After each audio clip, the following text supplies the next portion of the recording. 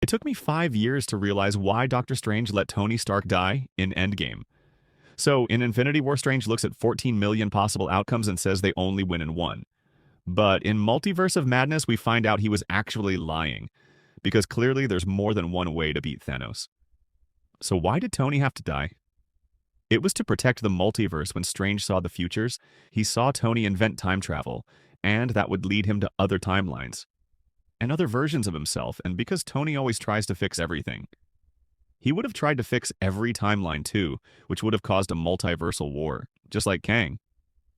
That's why Endgame wasn't just about beating Thanos, it was about making Tony rest, because if he lived, he'd never stop, and he'd eventually become the biggest threat to the multiverse. And that's exactly what happens in Avengers Doomsday, where in another timeline Tony survives, finds his variants, becomes Doctor Doom, and decides the only way to save his world is to destroy the others. So now you know why.